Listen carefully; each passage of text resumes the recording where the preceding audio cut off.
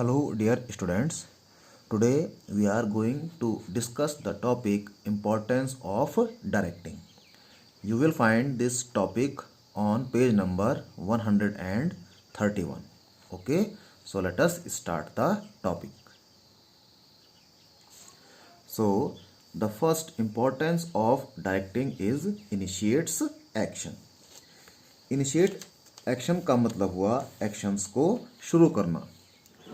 Organisation के goals को achieve करने के लिए एम्प्लॉयज़ के एक्शंस को इनिशिएट करने का काम डायरेक्टिंग करता है।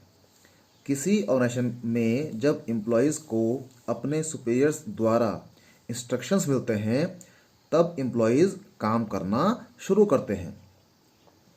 डायरेक्टिंग में एम्प्लॉयज़ को इंस्ट्रक्शंस देकर गाइड व मोटिवेट किया जाता है जिससे कि एम्प्लॉयज़ बेहतर तरीके से अपना काम कर सकते हैं। Okay, now second importance of directing is integrates employees efforts. Okay, इसका मतलब हुआ कि एम्प्लॉयज़ के एफर्ट्स को एक डायरेक्शन प्रोवाइड करना। किसी भी ऑर्गेनाइजेशन में एक एम्प्लॉयज़ का कार्य दूसरे एम्प्लॉय पे डिपेंड रहता है और एक एम्प्लॉय की परफॉर्मेंस दूसरे एम्प्लॉय की परफॉर्मेंस को इफेक्ट करती है। डायरेक्टिंग सुपरविजन के द्वारा अलग अलग लेवल पे काम कर रहे एम्प्लॉयज़ के प्रयासों को कोऑर्डिनेट व इंटीग्रेट करने का काम करता है। Okay, now third importance of directing is means of motivation. Okay, directing में एम्प्लॉयज़ को मोटिवेट और लीड किया जाता है जिससे एम्प्लॉयज़ अपनी क्षमताओं व अपने पोटेंशियल को जान जाते हैं। कभी कभी एम्प्लॉयज़ या सबऑर्डिनेट्स को अपनी कैपेबिलिटीज़ और पोटेंशियल का पता नहीं होता है। ऐसी कंडीशन में सुपीरियर अपने सबऑर्डिनेट्स को बताते हैं कि उनके भीतर क्या खूबियाँ छुपी हुई हैं। इससे सबऑर्डिनेट का कॉन्फिडेंस बढ़ जाता है और वे अपने काम को पूरी क्षमता के साथ करते हैं जिससे कि बेहतर रिजल्ट्स सामने आते हैं।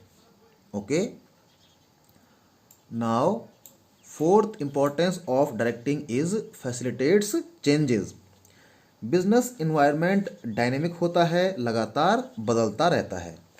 ऐसी सिचुएशन में एम्प्लॉयज़ को भी अपने काम करने के तरीक़ों में बदलाव करना पड़ता है, बट ज़्यादातर केसेस में एम्प्लॉयज़ चेंज होना नहीं चाहते। एम्प्लॉयज़ ट्रेडिशनल वर्किंग मेथड से ही काम करना चाहते हैं। यहाँ पर डायरेक्टिंग के द्वारा सुपीरियर अपने सबऑर्डिनेट्स के माइंड सेटअप को पॉजिटिवली चेंज करने का प्रयास करते हैं जिससे कि सबऑर्डिनेट्स अपनी इच्छा से बदलाव को स्वीकार करते हैं और तब एम्प्लॉयज़ अपने काम करने के तरीके को भी बदल देते हैं।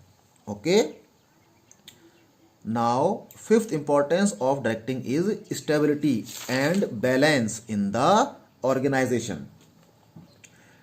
डायरेक्टिंग एम्प्लॉयज़ में कोऑपरेशन यानी हेल्प और कमिटमेंट की भावना को जगाता है। कमिटमेंट का मतलब हुआ कि जो काम दिया गया है उसे किसी भी कीमत पे पूरा करना है।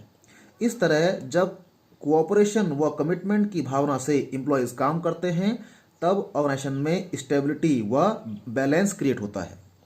यहाँ पे बात आई है बैलेंस की, तो बैलेंस किसके बीच?